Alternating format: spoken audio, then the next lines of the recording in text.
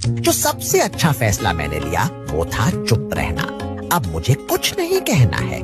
मैं किसी को यह साबित नहीं कर रहा कि मैं एक अच्छा इंसान हूँ और मैं कुछ ठीक करने की कोशिश नहीं कर रहा जिसे मैंने नहीं तोड़ा। मैं यह नहीं लड़ रहा कि लोग मेरी कीमत देखें। जो तुम करोगे वह तुम्हारी जिम्मेदारी है। तुम्हें उम्मीद करनी चाहिए कि तुम इसे पछताओ नहीं। मेरी चुप्पी में मुझे शांति मिली। अब मुझे खुद को साबित करने की जरूरत नहीं है, न ही मुझे वो चीजें सुधारने की जरूरत है जो मेरी नहीं थी। मैंने एक नई ताकत पाई है। यह एक शांत ताकत है। यह एहसास करने से आई है कि मेरी कीमत किसी और की पहचान पर